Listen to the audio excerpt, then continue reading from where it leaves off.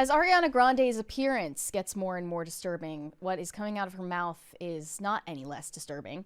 And now an Oscars interview that she conducted with Variety is going viral all over my timeline because people believe it is evidence that Ariana Grande is a victim of brainwashing, hypnotization, or MK Ultra in Hollywood.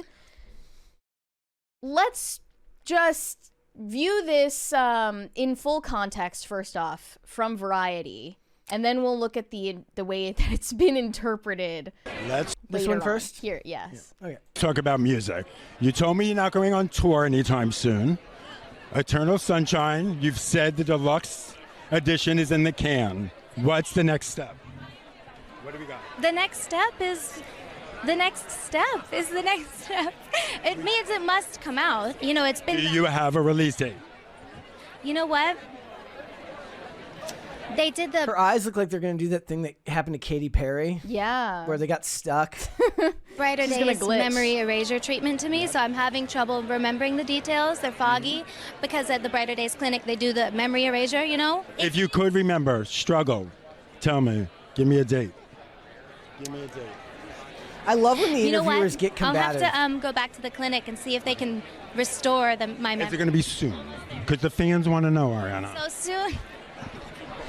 So, Mark, you have to learn the language of my fans because soon means 10 days or less. I'm not allowed to use that word at this moment. So it's not less than 10 days. I'm not going to use that word today. Right. I'll say that. I love you. You're so naughty. What are you doing? Because we want new music. So just give me a date. Give me a date. I won't tell anyone. I won't tell anyone. You know, just keep your eyes peeled. To your social media. No, Yes. just keep them peeled. That's all I'm saying. Let's. Okay. So she makes references to going through memory erasure at something called the Brighter Days Clinic. And now this has made its rounds everywhere, and the conspiracy TikTokers are having a field day with it. Before we look at that, we have a 20 from Pop Culture Junkie. A friend sent me some unpublished Snow White AMC advanced ticket numbers. Not exactly the fairest of them all. Yeah, it's not looking pretty for them. But you should give us as many scoops as possible. Okay, let's look at this this TikToker's interpretation of her comments. Here we go. Your treatment to me, so I'm having trouble remembering the details. They're foggy because at the Brighter Days clinic they do the memory erasure, you know? So did Ariana Grande just admit that she's going to a clinic, some Hollywood celebrity clinic that erases her memories? I mean, that seems like concerning. The memory erasure, they erase my memories. It's a little foggy, but If you could remember, struggle, tell me. Give me a date. Give me a date. you know what? I'll have to go back to the clinic and see if they can restore my memory. Is it going to be soon? So I decided to do a quick deep dive into this clinic that she has been going to that's affecting her memory. I mean, I just can't imagine why you would want to go and erase these memories unless she's just like overstimulated, being worked to death. This seems like a standard celebrity clinic when you look at it, like on their website. They don't want to tell you too much, but you know how easily this becomes something like a cult, and we have a lot of that in California. Looking at their website, it seems like they focus a lot on mental health, but they also specialize in drug treatment and a bunch of other things. It looks like a very expensive place to go to. I just had no idea Ariana Grande was going and getting treatments there. Honestly, I just hope that she's okay because that was a bizarre response. I mean, you must admit it. Follow me for Then more. we also have this tweet from Diana Wallace, notorious truth poster. Says, rumors are circulating that they're using MK Ultra treatment to silence Ariana Grande from speaking out about PDF files in Hollywood after she continued to tell a reporter they were erasing her memory, in which he kept dodging her questions and responses on the red carpet. So, I looked into this. The TikToker was right. There is a Brighter Days recovery clinic in Costa Mesa. However, there's no proof that Ariana Grande ever went there for any type of drug treatment, memory erasure, or mental health counseling. And it's a reference, in fact, to a music video of hers from last year for her album, Eternal Sunshine, which is, of course, a reference to the movie Eternal Sunshine of the Spotless Mind. In this music video, you can see She is signing a document at the beginning that says, "You have given extensive thought behind your decision and give Brighter Days Inc. the exclusive permission to remove this person completely from your memory." And then the gag of her music video is that they're doing basically hypnotism on her to erase her ex-boyfriend from her memories. And one of her fans said, "I hate to burst your bubble, but she made a music video called We Can't Be Friends. It's the epicenter of her last album. The music video depicts her trading in her memories with her ex and gets memory zapped. It is a reference to her last album." Should have played that at the end of Spider-Man No Way Home when Doctor Strange erases MJ and... I will grant this to the conspiracy TikTokers, though. The way that Ariana Grande conducts herself, the way that she speaks, the way that she even darts her eyes around the room, her body movements, all of it is very disturbing to look at. She behaves like an animatronic doll. And she does behave as if someone brainwashed her or erased her memories, because the way that she used to act in the public eye was a completely different persona. Yes. She retired her old persona of being this like pop star R&B sultry it girl to being a haunted Victorian doll. And she also looks sickly these days. I'm sure that it's not easy to remember what you want to say when you're so low on calories. Yeah. So yeah, her behavior is disturbing. Maybe the joke just didn't land because she has no idea how people respond to her these days. I mean, I don't even know if it's a joke. I think that any publicity is good publicity, and they know it works. Do you think she's trying to put the conspiracy No, stuff no, out no. there like a breadcrumb trail? I think that it was a wink nod to the interviewer in the statement, and then it just got taken out of context by a bunch of people who didn't actually look into the history with the... I mean, that's the thing, though. People have to be first on social media, so they grab the clip and then they immediately react to it. And whatever your area of focus is, you can extrapolate to that. So if you're on conspiracy TikTok or conspiracy Twitter, you're going to immediately read into it what it may or may not be. Well, you won't believe. If you look at the music video for We Can't Be Friends, you will see that throughout the music video, Ariana Grande has a painted circle around her left eye. I did just see which is some... traditionally thought of as a reference to the so-called Illuminati cult in Hollywood. I did just see some like famous stage actress had a bad black eye. It was like fell down the stairs. I'm like, how do all of these people fall down the stairs and only damage one eye? Seems to happen quite often, doesn't it? To politicians, celebrities, public figures of all kinds. And I personally am on the side of the conspiracy theorists. I like feel a kinship with them because I grew up reading all of these obscure blogs about the Illuminati in Hollywood and cults and Satanism in Hollywood. Websites like The Vigilant Citizen. Anyone, when I was like 12 years old, I was like reading about this stuff and the symbolism of like the one eye and the triangles and everything. And regardless of any of it being true or false, that's how I feel. I feel like there's something to it. Also, artists love it because it makes for great visual imagery, which is one of the reasons why they tend to follow hand in hand. And yeah, for what it's worth, Ariana Grande actually is silenced about predators in Hollywood because she is a former Nickelodeon star. Yes. And has made it a very public decision not to talk about her experiences at Nickelodeon and leave that up to other people. She, after the Quiet on Set documentary came out, was asked about her experiences at Nickelodeon and her experiences working very closely with Dan Schneider, and decidedly remained silent about that time of her life, mostly just saying some empty platitudes about how child stars should have mandated therapy on set. Yeah. I also wanted to mention something that's going viral simultaneously about Ariana Grande. An old interview that she did back in, I believe, 2013 has resurfaced and made the rounds, where she's talking about allegedly getting possessed by a demon. This is old reporting from an interview she did with Complex Magazine. And she tells a story of visiting the Stull Cemetery outside of Lawrence in Kansas, I believe. So this is reporting from an old article in the Kansas City Star. Here's her interview portion where they talk about the cemetery. They first ask her, "Do you believe in aliens and ghosts?" She says, "Of course. We'd be so stupid to believe that we're the only people here." She said she has had a ghost or demon experience. "We were in Kansas City a few weeks ago and went to this haunted castle and were so excited. The next night, we wanted to go to Stull Cemetery, which is known as one of the 7 gates to hell on Earth. The Pope won't fly over it. I felt this sick, overwhelming feeling of negativity over the whole car, and we smelled sulfur, which is the sign of a demon.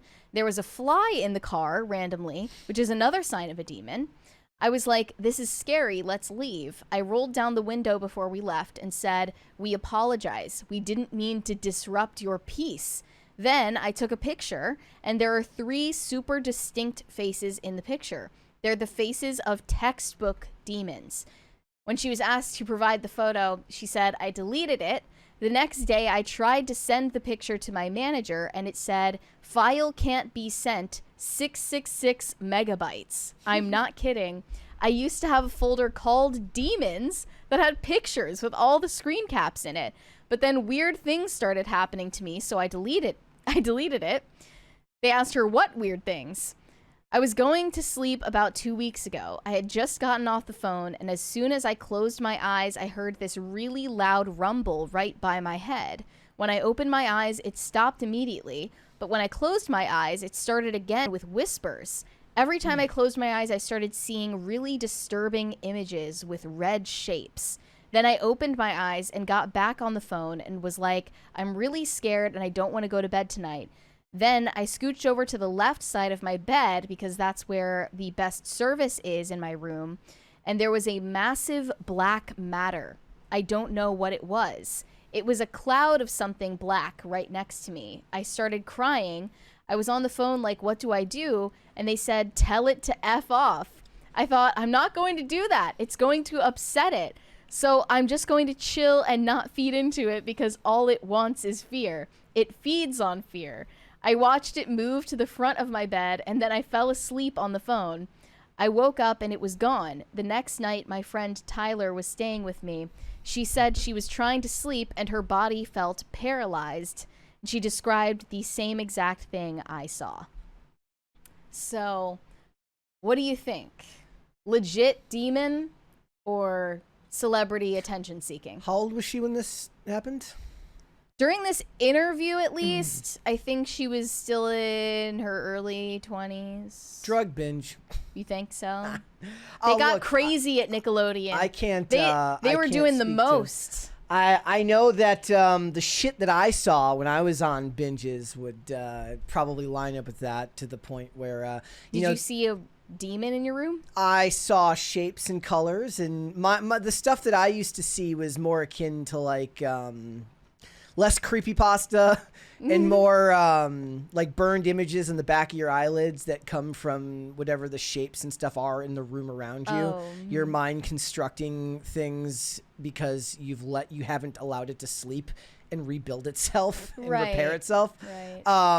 But the thing is those types of binges can be even more dangerous for people that have a hyperfixation or not even a hyperfixation, any level of focus on something like that, because your mind starts to fill in the gaps where rational thought once was. Now, look, I'm not saying this stuff doesn't exist or does exist. I'm saying that pragmatically, if you believe it, a lot of times that's all it takes, right? If you believe it to be true, then your mind can create it. And when your mind is struggling to remain awake because you've been chemically altering it, crazy shit happens. And I had crazy shit happen to me, but I didn't have like a background of like any type of lore to fill in the blanks. Sure. I mean, I will say, without saying too much, I've had some demonic experiences while stone cold sober. So it could be that, or it could be drug related. That certainly tracks with the theory that Ariana Grande and Cynthia Erivo were on drugs during the press tour for Wicked, which was why they were acting so emotionally erratic and feeling each other. Tactile behavior can definitely be a bursting side into effect tears. Of, like, oh, are they on MDMA? Like, it could happen. They're walking in to do an interview with a reputable magazine, and they're on MDMA. When that's you're, crazy I mean, not necessarily when you're, because to me, drugs were a huge part of drug use was that it numbed everything around you. So then when you come off of them, everything feels like it's turned up to 11, and everything that you feel emotionally is like twice as potent as it would be otherwise. And that takes a long time for that to kind of, for your body to readjust and like regulate itself back to normal. Yeah. It's one of the reasons why recovery is such an up and down process, because a big part of it is learning to experience the world again. Now, is that what's going on here, or were they just doing a bunch of MDMA, like microdosing MDMA? She was microdosing upping the dose shrooms with when Dan they're- Schneider on the set of Victorious. And then upping the Confirmed. dose before interviews. Like if I was the person of old that I once was, I definitely would have been taking more stuff before having to go do press tours. Yeah, That I is for mean, sure. if the same demands were on you, Yeah. maybe Like, at the time. you know, it's and you couple that, like, if we're talking, like, everyone was joking about Ozempic, but if we're just talking about straight like amphetamine abuse or straight upper abuse of any kind, which cuts food out of your diet, yeah, holes in your brain will then cause you to not be able to remember what's going on because you haven't been eating anything. I'm not even talking about eating disorder, but just a side effect. Is there anything more classically Hollywood than just drug problems? Yeah, do I think Ariana Grande is actually a victim of the CIA MK Ultra program? Or are drugs a more No. likely outcome? However, she certainly does give people the impression that she is spaced out, that she is mentally not present, and she moves and speaks in a way that, definitely raises some alarm, and it should. Probably. So I'm not going to pretend that she's acting normal. Yeah. Like the sad thing is like it's so interesting to talk about the CIA wiping your memory at some fancy clinic, or it could just be speedballs and you're poking holes in your brain with methamphetamine. I do think that the CIA MK Ultra program is not in fact retired, though, personally. Well, yeah, I said, like, and we know that the CIA and government agencies have long held interest in entertainers because they push the ideas of the public forward. For instance, yesterday we were talking about Mikey Madison thanking sex workers, and they're like, well, are they just doing that to normalize sex workers? Like, are they just trying to make it normal so that they can eventually make it on to the other things they want to normalize? I saw Adam Carolla had a great tweet. He says, if you wouldn't want your kids doing it, don't normalize it. No, that's crazy. It reminds me of when I was on the Whatever podcast with Dave Rubin. The subject of sex work came up, obviously. Yeah. And he was saying to the women on the other side of the table, well, if sex work, OnlyFans, whatever, is what makes you happy and you're happy and fulfilled doing what you do, I don't see a problem with that. And I said, well, Dave, how would you feel about your own children who are currently infants growing up and becoming sex workers? How would you feel about that? And he said that he wouldn't want that, but he refused to explain why. He refused to explain his reasoning why he would be uncomfortable with his own kids going into that line of so-called work. But is the idea that just he can be uncomfortable with it and not want it for somebody that's close to him and not care if somebody he doesn't know Okay, does it? fine. But explain why. Yeah. Explain why you would be uncomfortable with your kids getting involved in that. He refused to explain why. Thanks for watching. Listen to full episodes of Pop Culture Crisis on Spotify. Keep up with us on social media and make sure you subscribe and ring that bell so you never miss the show. Bye, guys.